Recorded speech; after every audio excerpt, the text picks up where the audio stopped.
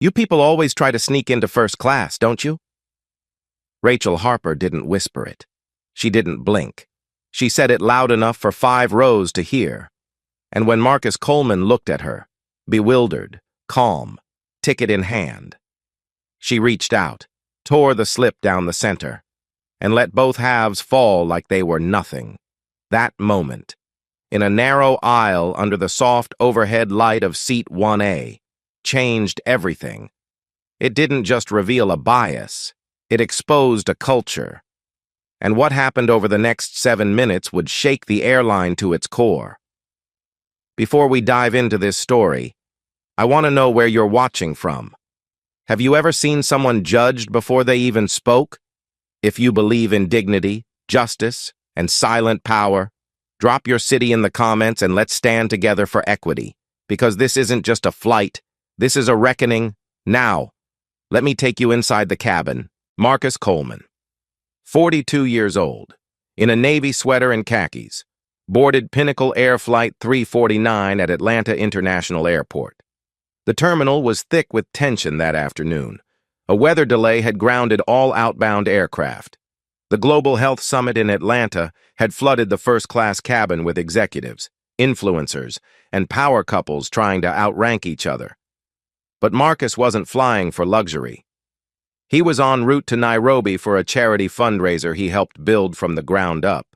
Clean water, orphan sponsorship, school access. Not for headlines, for change. Still, he carried something heavier than luggage that day. On the seat beside him was a folder filled with screenshots from Reddit threads, anonymous posts by former Pinnacle employees, allegations, stories of discrimination, classism, backdoor bribes. Marcus hadn't spoken publicly about it, but he had read every single one. He was the CEO of Pinnacle Air, owned 35% of it, and today, he flew in disguise, dressed like a man no one would notice. And they didn't. Not the way they should have. Not when he stepped into the cabin. "Sir," Rachel said, blocking his path, "I need you to step back. First class is full." He calmly raised his boarding pass. "Seat 1A, he said. "Window." "That's not possible," she replied, voice clipped. "This seat's been reassigned." Behind her, a white couple, Victoria and Gregory Langston, stood with smug smiles and a bottle of pre-departure champagne already in hand. Victoria's heels clicked as she moved closer. "There must be some mistake," she said, eyes flicking over Marcus's sweater. "This gentleman must be confused." Gregory didn't even speak, just nodded slowly like the matter was settled. The irony was thick. The airline's own CEO, mistaken as a fraud by a crew who couldn't see past his skin color or his choice of clothes. Marcus didn't flinch. "I have a confirmed ticket," he said. "It's scanned and loaded. I checked in early." Caleb Grant, a younger flight attendant, stepped up beside Rachel. Caleb looked exhausted. His shift had started hours ago in Denver and carried through a red-eye leg. He tapped the screen on his tablet, eyes narrowing. "I'm not seeing a Marcus Coleman in 1A, he said. "Says the seat's reassigned to Langston?" "You're looking at a glitch," Marcus said. "That's my seat." Rachel's tone sharpened. "Sir, I'm going to need you to step into economy, or we'll have to involve airport security." Then came the moment that froze the entire aisle. Rachel looked down at his boarding pass again, scoffed, and tore it clean down the middle. "Not anymore." The paper slipped from her fingers. It didn't float. It dropped like something final. Marcus stood still. His silence wasn't surrender. It was calculation. This wasn't the first time. At 18, he'd stood at a gate in Houston, heart racing, as a white gate agent held his ticket up to the light and asked if he'd stolen it. At 25, he'd been pulled aside by a flight crew who whispered that his seat assignment must be a mistake. And at 30, he was escorted off a business-class cabin after being mistaken for someone unauthorized. Each moment, he'd swallowed it, focused forward, built his legacy. But now, he wasn't a passenger with no recourse. He was the most powerful man on that plane. Still, he said nothing. Yet. Rachel turned her attention to Victoria, offering a warm smile and a glass of white wine.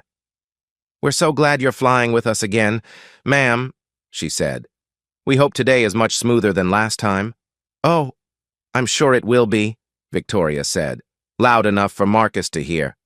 "We've made sure everything's in order. No more confusion." Marcus stepped back. Refusing to sit down, Caleb positioned himself as a wall in the aisle. "We're going to need you to clear the walkway." "Sir." "What policy allows reassignment of a confirmed first-class ticket?" Marcus asked. "Because I'd like to see it." Caleb hesitated, eyes scanning the screen. "Look, I don't know who you are, but we don't have time for this." A woman across the aisle lifted her phone. Elena Morales, an investigative journalist facing layoffs at her local newsroom, had started filming. She didn't announce it, just quietly let the red light blink. Behind her, another passenger, Derek Holmes, stood slowly, a tall, broad-shouldered black man, with quiet dignity and a presence that filled the cabin like thunder. "Is there a problem with his boarding pass?" Derek asked. "Or just with him?" "Sir, sit down," Rachel snapped. "This doesn't concern you." "It does," Derek replied, "because I've been where he is. I flew aircraft for 12 years before I was grounded for reporting misconduct, so I know how this works." Rachel turned her back to both men and smiled again at the Langstons. Caleb muttered something under his breath and checked his tablet again. "We'll sort this out after we push back," he said. "But right now, the priority passengers need to be seated." "Priority?" Elena said from behind her phone. "Can you define that? Because I'd like that on record." The atmosphere shifted, not suddenly, but visibly. A few heads turned. A mother held her child closer. Someone 2 rows back pulled out a phone. Rachel's lips tightened. She motioned to Mia Chen, a quiet, newer flight attendant. "Help economy with beverage setup," she barked. Mia froze for a second, watching Marcus, then obeyed. She didn't speak, but her glance lingered. She knew what she was seeing. And Marcus? He watched it all, his back straight, expression unreadable, somewhere deep in his coat pocket. His phone recorded quietly. Somewhere deeper. A memory surfaced. His father's words, spoken decades ago on a back porch. "You don't have to raise your voice to raise the truth. Let the world see who's wrong." Elena's video uploaded mid-flight delay. Within minutes, a travel vlogger reposted it. Comments poured in. "Why is he not allowed to sit? They tore his ticket? This is 2024, right?" Rachel didn't know it yet, but the fire had already started, and she was standing on the matchbox, just 5 feet from Marcus, and 7 minutes from losing everything. Rachel Harper folded her arms tightly across her chest, lips pursed, as if the pressure would somehow push this moment back into control. "Sir," she said again, louder this time. "We've already explained this. You no longer have a valid seat in first class." Her voice didn't tremble. It sharpened. She gestured toward the curtain that divided first from economy, like banishment was a courtesy. "If you refuse to comply, I will have you removed by airport security." Marcus stood calmly, eyes steady, not flinching, not blinking. "Removed?" he asked, his voice quiet but weighted. "Because my confirmed seat was reassigned after being paid for by someone else?" He didn't raise his tone. He didn't need to. The edge in his words cut cleaner than a shout. Victoria Langston let out a small, theatrical laugh. "Please," she said, waving her hand. "This is ridiculous. Let the real passengers take their seats. We paid good money to be here." Caleb, tablet still in hand, stepped forward again, his eyes darting nervously between Marcus and Rachel. "Sir, I've checked the manifest. You're not on it. The seat is registered to Langston. Then the manifest is wrong, Marcus said. Firm now. You're looking at a system error. Sir, Caleb repeated, voice lower now, more uncertain. You don't look like someone who flies 1A. He realized the mistake the moment it left his mouth, but he didn't correct it. He just swallowed, looked away, and pretended to keep scrolling. The insult, unspoken but deafening, hung between them. Rachel took that as a cue. Let's not make this harder than it needs to be. We've got an entire manifest to accommodate, and the storm delay already has us backed up. Then she leaned in slightly, lowering her voice just enough to mask the venom with civility. You should know how these things work by now. Marcus didn't respond, not immediately. He turned slightly toward the aisle, aware of every eye on him, and let the silence stretch. Derek Holmes stepped forward again, his security badge clipped to his carry-on. You're not going to call security on a man for asking to sit in the seat he paid for. He said flatly, That's not policy. That's personal. Rachel's face flushed. You are not authorized to interfere in crew proceedings. I'm a licensed security officer and former pilot. Derek replied, If you're making decisions based on appearance instead of documentation, then I'm interfering as a witness. Elena. Still filming. Zoomed in slightly. Rachel, can you confirm if the Langstons were assigned 1A through the booking system, or if there was an override? Rachel didn't answer. Instead, she turned her body to block Elena's line of sight and made a small motion to Caleb. Caleb hesitated, then lifted his tablet again. Internal memo says reassignments allowed at crew discretion during ground holds. For a $600 bribe? Marcus asked sharply. Caleb blinked. What? A smartwatch, said a voice from the back of the cabin. A younger man stood, raising his wrist. It recorded her taking the envelope. I didn't know what it was at first, but I uploaded the clip to the Reddit thread. It's already circulating. A stunned hush rolled through the cabin. Rachel's hand dropped to her side. Caleb looked at her, wide-eyed. What did you do? He whispered. Rachel didn't answer. Victoria stepped forward, the mask slipping from her face. This is outrageous. You people are making a scene out of nothing. Her voice cracked on the word you, but she said it anyway.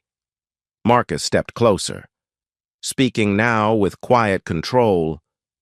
You tore up my ticket, lied about my presence on the manifest, took a bribe to hand my seat to someone with less claim but more privilege. Then you threatened to have me removed for resisting your lie. Rachel backed up a step. I did what I had to, she muttered. My daughter needs surgery. I didn't think it would. Justify this? Marcus finished. Your desperation does not excuse discrimination. It wasn't about that, Rachel snapped, but her voice wavered. It was just protocol. Elena, camera steady, interjected. Protocol doesn't accept cash in envelopes. Caleb stepped aside, eyes to the floor, while the murmurs of the cabin passengers began to grow. I skipped DEI training, he said suddenly. Rachel told me it wasn't required if I had union coverage. She said it would slow me down. He turned to Marcus, voice cracking. I'm sorry. I didn't know who you were. I didn't think. That I belonged here? Marcus asked. Not cruel, just stating what had already been made clear. Caleb nodded, barely. A notification dinged on Elena's phone. She checked it and held it up. You'll want to see this. A former flight attendant just leaked an internal chat log. Shows Rachel telling Caleb to ignore a reservation if someone suspicious claimed it. She labeled Marcus by description. Rachel paled. That wasn't supposed to. She stopped. No words came next. Derek took a half step forward. What's happening now isn't just a mistake. It's a pattern. I've seen it, lived it, buried it. But today, this ends. Marcus inhaled, slow and steady, then reached into his jacket pocket. Still calm. Still quiet. "I'm calling my assistant," he said simply. "Her name is Tara Wells. She's contacting the media and our legal team." Rachel froze. "Your assistant?" "Yes," Marcus replied. "And you'll want to remember that name." As he dialed, Caleb slumped into the jump seat. Defeated. Rachel took a shaky breath. Victoria crossed her arms defiantly, but even she seemed rattled. Marcus didn't raise his voice. He didn't shout. He just stood there, making the call. While the cabin held its breath and the soft light above seat 1A glowed like a spotlight, Elena's feed continued to stream as the world outside the aircraft began to pay attention. Caleb's voice shook as he stood, still clutching the tablet as if it might shield him from what he already knew was coming. I just followed the override," he stammered. But even he could hear how hollow that sounded. Rachel said it was protocol. But the word protocol meant nothing now. Not with Elena's live stream rolling and the clip from the smartwatch showing Rachel taking the envelope already trending. The cabin had grown tense, not chaotic, not loud, but charged. Passengers leaned forward, phones in hand, watching like the aisle had become a courtroom. Rachel, still trying to reclaim control, pointed at Marcus and snapped. "I need to see identification. Now." "Excuse me?" Marcus said, his tone even, firm. "You've already scanned my boarding pass. You tore it. You claimed I wasn't in the manifest, and now you want my ID. Why?" "To confirm who you are," she said quickly, but the room heard the pause. "We don't just take people at their word." "You took them." Marcus nodded toward the Langstons. "At their word." Gregory looked away. Victoria scowled. "This is absurd. Are we really doing this because one passenger thinks he's entitled to—" "That seat," Marcus interrupted, "was mine, purchased, confirmed, and reassigned through cash and bias. So yes, we are doing this." Rachel took a step forward. "Show me your ID or I will contact airport security." Caleb stepped forward too, clearly unsure now whose side he was supposed to be on. "It's just a formality," he mumbled. And that was the moment. That was when he reached out, quickly, nervously, and snatched the leather wallet from Marcus's hand. Gasps rippled through the cabin. Elena's camera didn't flinch. "He just grabbed his ID," she said, narrating to her audience. "That's assault. That's theft." Caleb froze, the wallet in his hand, and looked around as if only now realizing he was being recorded. "I didn't mean," he began, but his mouth had already betrayed him. Rachel turned away, muttering something under her breath. Marcus reached forward and calmly took the wallet back from Caleb's shaking hand. "You are spiraling," he said quietly, "and it doesn't have to go this far." "You're escalating this," Rachel barked, trying to redirect the blame. "We gave you options." "You gave me prejudice," Marcus answered. "Wrapped in fake policy and sealed with a bribe." Rachel's hands clenched. Behind her, Victoria Langston swirled her champagne and muttered, "I don't understand why this is even still a conversation." Elena caught that line, loud and clear. "You don't?" she asked, still filming. "Maybe because every word coming out of your mouth is reinforcing the very thing we're exposing." Derek stepped forward again.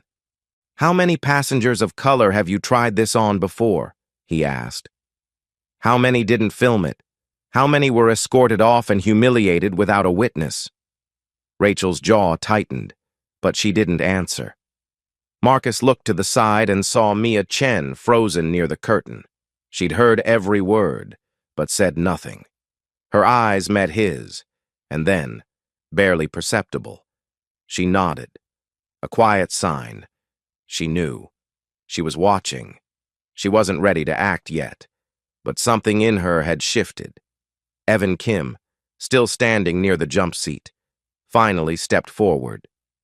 "Rachel," he said cautiously, "if this is about a booking error, we should bring in the gate agents. If this is something else, I think we need to stop." Rachel wheeled on him. "Are you serious? You want to undermine your own senior lead?" Evan held up both hands, palms out. "I just don't want to be in the middle of a lawsuit." "Too late," Elena muttered, angling her camera toward Evan. "The footage already has 300,000 views." Caleb's face turned gray. "Oh my God," he said, barely above a whisper. "My family's gonna see this." Marcus remained still, grounded. "Now you care?" he asked, not cruelly. "Now that your name might be in the feed, you worry about the consequences?" Caleb looked at him, guilt and fear in his eyes. "I didn't know who you were." Marcus didn't blink. "That's the problem." Rachel, now visibly sweating, tried to pivot. "Look," she said, "I had no choice. My daughter is sick. I'm drowning in bills. They offered the money. I didn't go looking for it. You didn't refuse it either." Marcus replied, "You sold a seat that wasn't yours to sell. Then you tried to erase the person who belonged in it."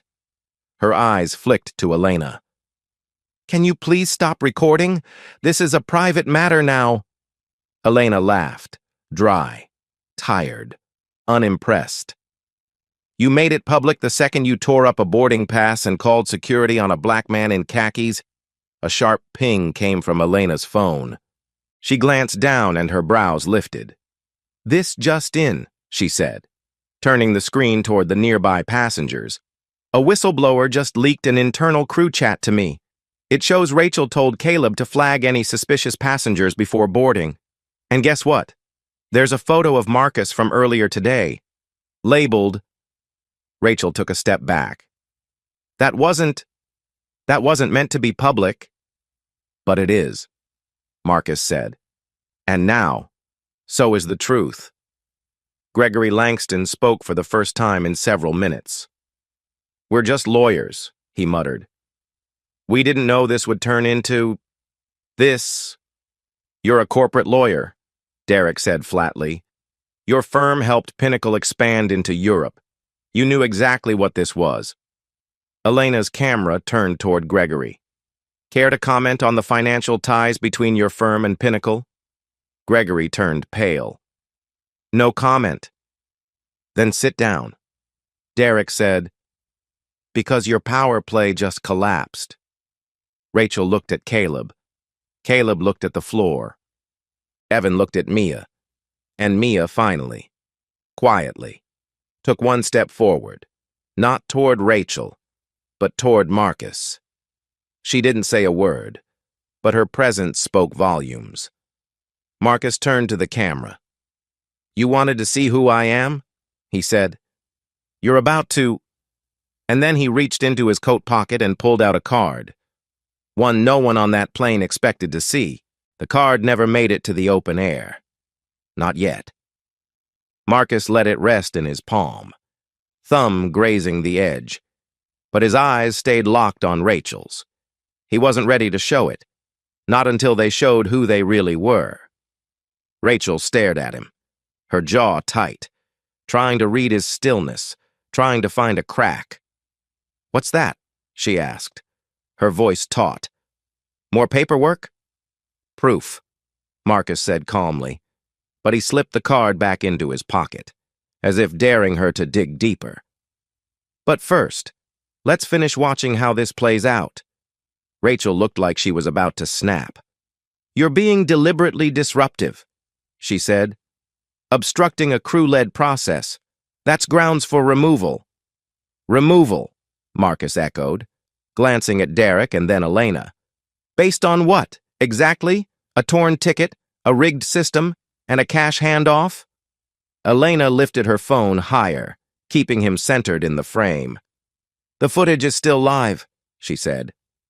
"We're at over 500,000 viewers, multiple reposts. trending on air travel forums. Every move is being watched. I don't care who's watching, Rachel snapped, but the tremor in her hands betrayed her. You will, Elena said, because when truth breaks the surface, it doesn't ask permission. Rachel spun around toward Caleb, whispering urgently. Caleb, still seated, looked like someone had drained every ounce of confidence from his body.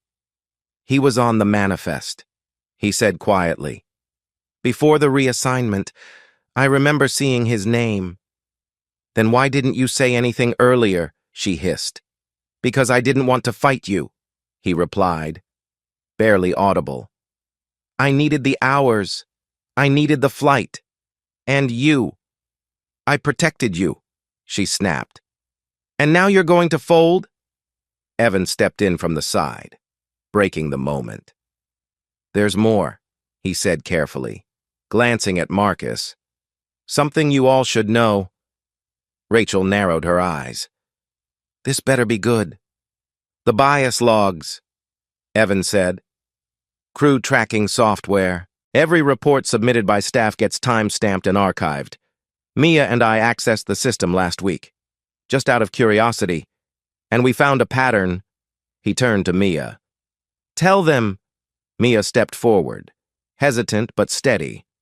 Certain crew members, mainly Rachel, flagged passengers repeatedly for being non-compliant or suspicious.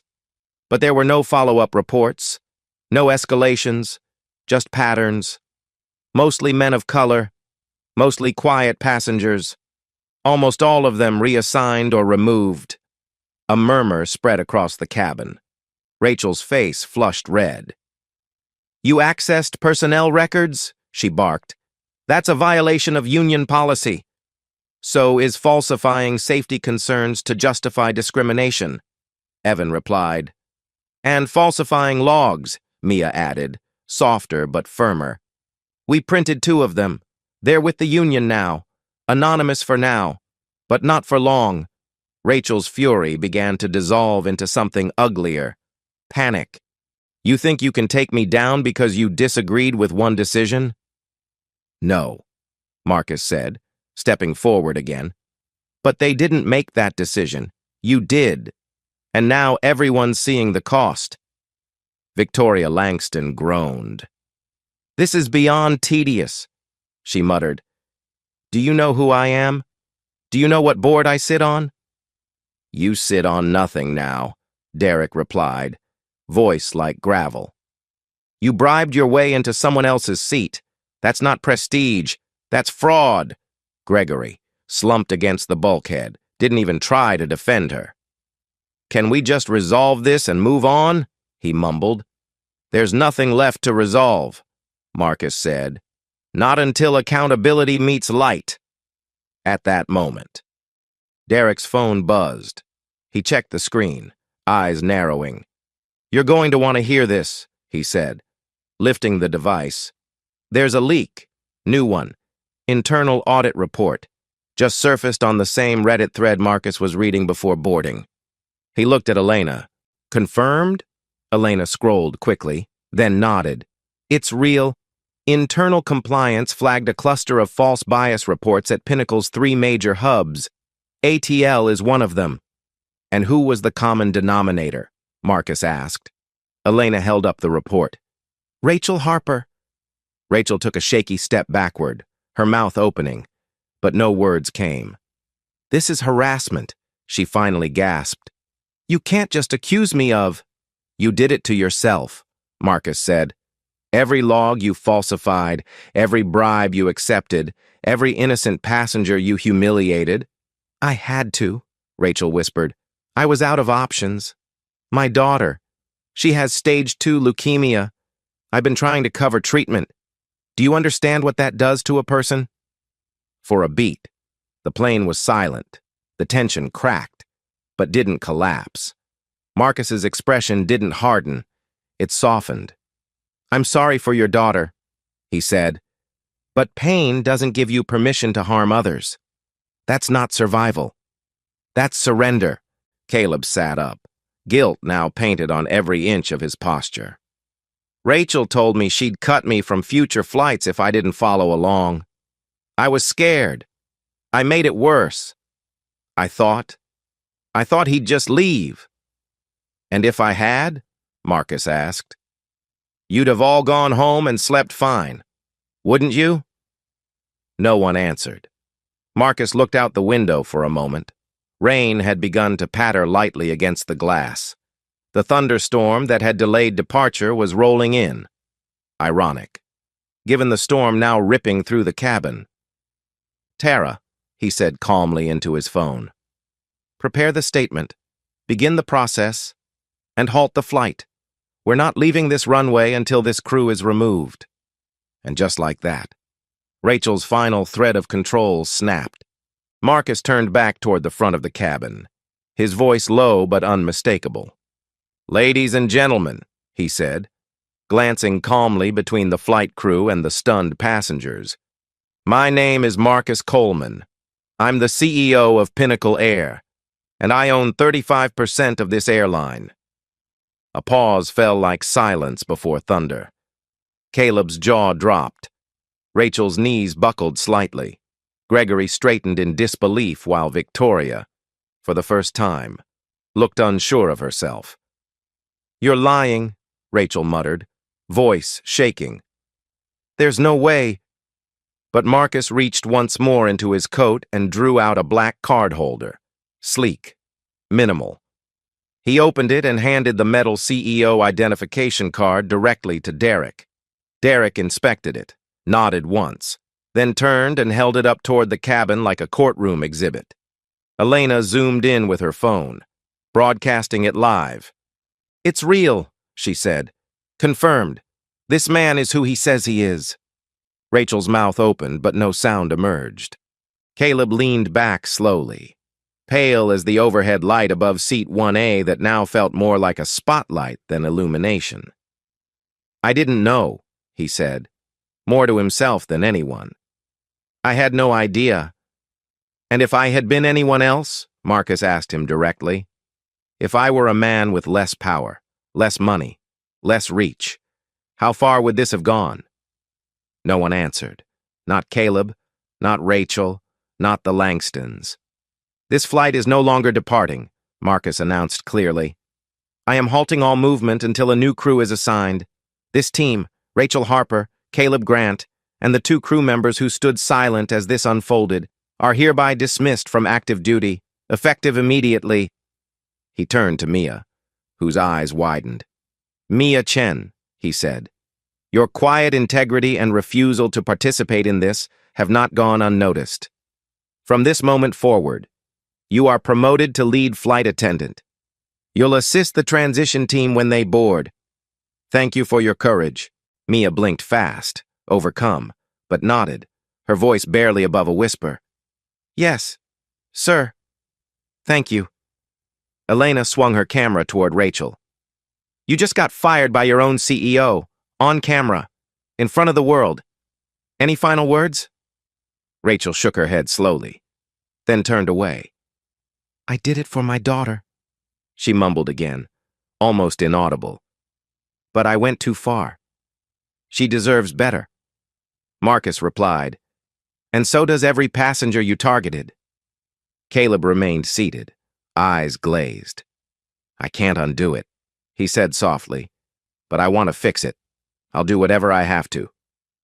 You'll start with an official suspension and retraining, Marcus said. Pending review, your future with Pinnacle will be based on transparency, not convenience. Victoria finally stood, her composure cracked. You can't ban us. We're platinum tier members. My husband has stock options. Our law firm was removed from our advisory panel 6 months ago, Marcus said coldly. I reviewed your files personally. Gregory's last relevant contract expired last quarter. Your access ends today. You are both banned from all Pinnacle flights, indefinitely. Gregory let out a low breath like he'd been hit. We'll sue, Victoria spat, her voice cracking.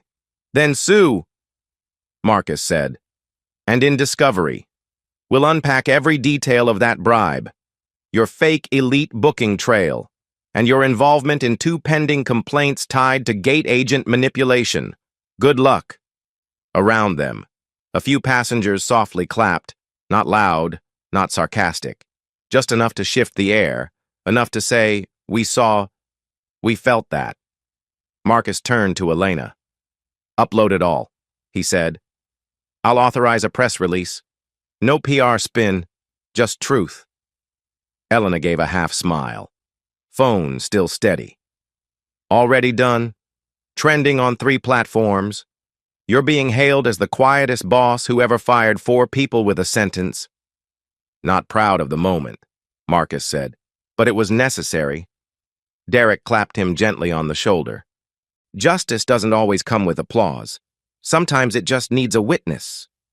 Mia stepped forward again. "Sir, if I may, there's something else." She reached into her jacket and pulled out a folded sheet of paper. "I was the one who leaked the bias logs to the union, anonymously. I couldn't stay silent, even though I was scared. I didn't know if I'd lose my job, but I knew I couldn't let passengers keep getting hurt." Marcus accepted the paper, scanned it, then looked up at her. "You did the right thing," he said. "Truth that costs you something is the truth that matters most." He turned back to the cabin. "We'll wait for a replacement crew. This flight will resume after integrity is restored, not before." He made one last call to Tara. "Board actions authorized. Media escalation cleared. We move forward now."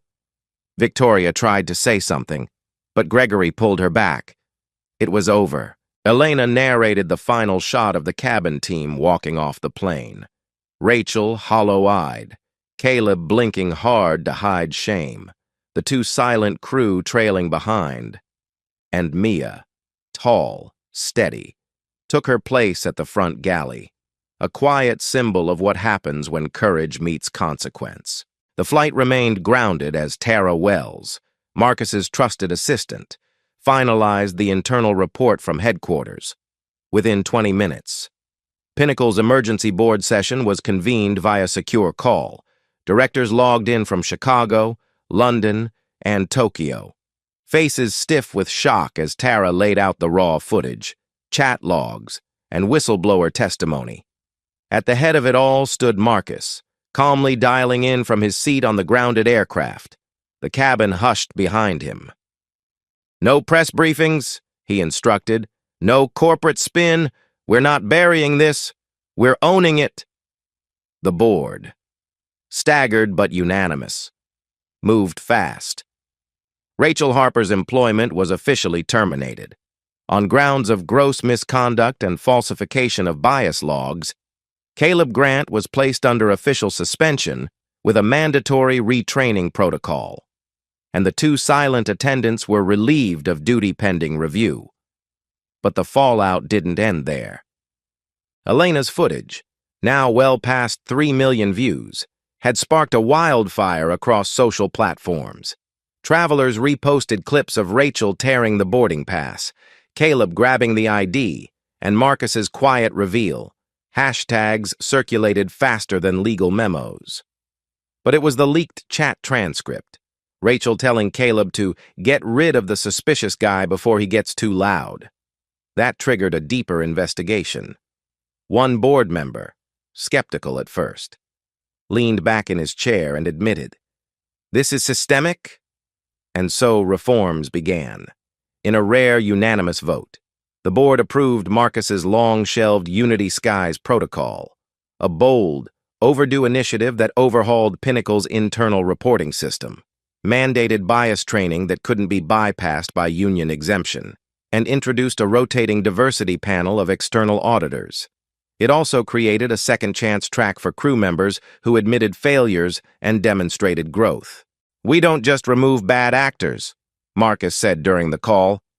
"We teach the ones who want to change. Redemption must be earned, not erased."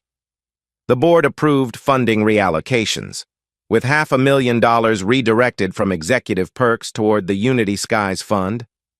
That decision came just in time.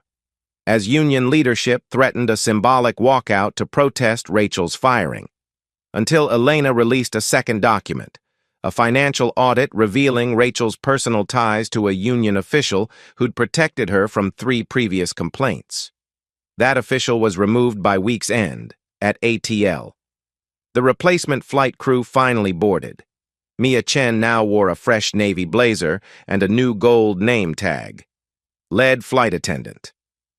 The passengers applauded quietly when she introduced herself, and she simply smiled, bowed slightly, and said, "Let's continue this flight with fairness and dignity." Before takeoff, Marcus recorded a short message from his seat, authorized by the board. "To the passengers of Flight 349, he began, what you witnessed today was not an isolated error. It was a symptom of something deeper, and we chose to face it. Change doesn't come through silence. It comes through action, transparency, and the courage to say, 'Enough.' We will earn your trust again, not through promises, but through policies that protect every traveler equally." Back at headquarters, the fallout deepened. Caleb voluntarily submitted a written statement acknowledging his failure to intervene. "I was afraid," he wrote. "Afraid of losing shifts, of standing up to someone who controlled my schedule. But that fear led me to hurt someone who deserved better. I want a path back, but I know it won't be easy." Marcus read it in silence, then approved Caleb's participation in the first Unity Skies retraining cohort. He included a note at the bottom. "Redemption is not for the comfortable. It's for the honest." Meanwhile, Elena's inbox exploded. Journalists from CNN, the BBC, and Reuters requested interviews. She declined them all. For now. "This wasn't about clicks," she said. "It was about truth." As her feed swelled with comments, she received a surprise email from a rival airline's PR team. "We're watching Unity Skies. Let us know when you're ready to talk reforms." Marcus's heart panged with both pride and sorrow. He hadn't wanted any of this to happen this way, but maybe it had to. Maybe the silence needed to break inside a cabin so everyone could hear it outside. He sent a message to Tara. "Draft the full report, release it at dawn, no redactions."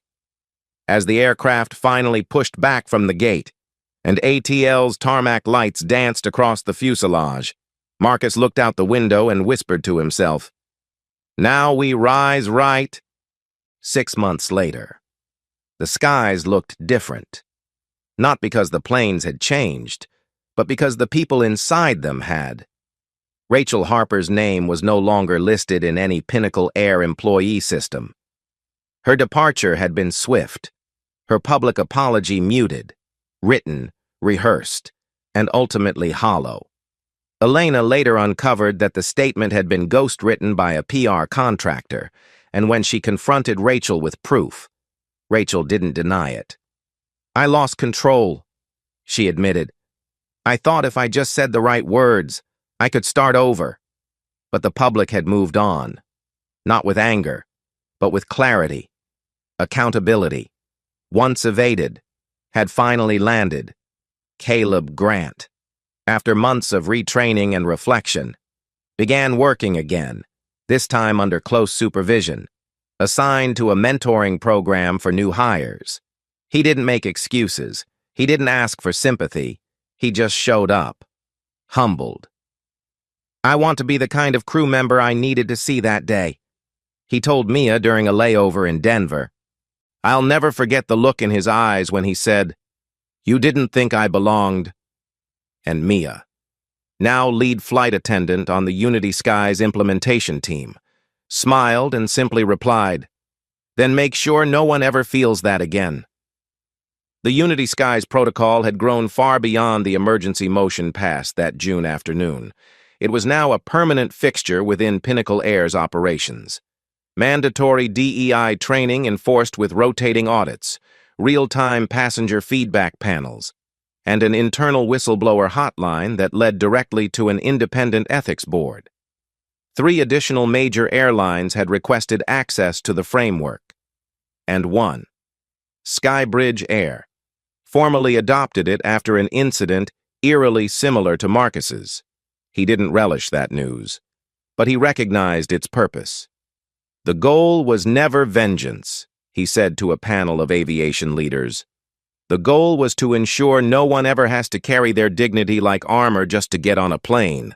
Derek Holmes returned to his security work, but also served part-time as a traveling Unity Skies liaison, speaking to staff about the dangers of normalized bias. "I didn't plan to be involved," he once told Elena, "but once you witness truth that loud, silence isn't an option anymore." Elena herself had received awards for her footage, but she declined them all instead. She asked Marcus for a voucher, not for travel, but to donate to a journalism scholarship fund in her late editor's name. "He told me truth matters more than polish," she said. "I think we honored that," Marcus agreed, on a quiet afternoon in Nairobi, standing beside a new water filtration system funded by the very trip he nearly didn't take. He recorded one final message. "When we boarded Flight 349, I didn't wear my title. I wore my past. The part of me that had been overlooked, profiled, dismissed. I carried that because I wanted to see what our airline had become. I didn't expect what I found, but I don't regret it." That message aired during Pinnacle's year-end meeting and was later adopted by Unity Skies as its opening module, in the closing minutes of that same session. Mia turned to Marcus backstage and asked what many had wondered. "How did you stay calm? After everything, the disrespect, the humiliation?" Marcus smiled gently. "Because my father taught me something when I was 13, he said. He said, 'Son, power isn't how loud you speak. It's how steady you stay when someone tries to erase you.' That stuck, and on that plane. I heard his voice louder than anyone else's. In the final scene of Elena's retrospective documentary, Marcus is seen walking through ATL's main terminal. No fanfare, no entourage, just a black man in a navy sweater and khakis, boarding another flight to another corner of the world, ready to continue the quiet work of building justice from the inside out. Passengers recognize him now, not for the scandal, but for the change. Some nod respectfully. Others approach with gratitude. One teenage boy, maybe 14, just lifts a hand and says, "Thanks for standing up." Marcus smiles and replies, "Thanks for seeing me." The screen fades to black with the Unity Skies motto stamped in soft white. Dignity should never be a first-class privilege, and just beneath it, Marcus's final call to action: equity doesn't fly on autopilot. We have to pilot it together. If this story hit you, tell us, where are you watching from? Have you ever seen someone judged before they even spoke? Drop a comment. And if you believe in justice and dignity, hit that follow button. Let's make sure stories like this are never ignored again.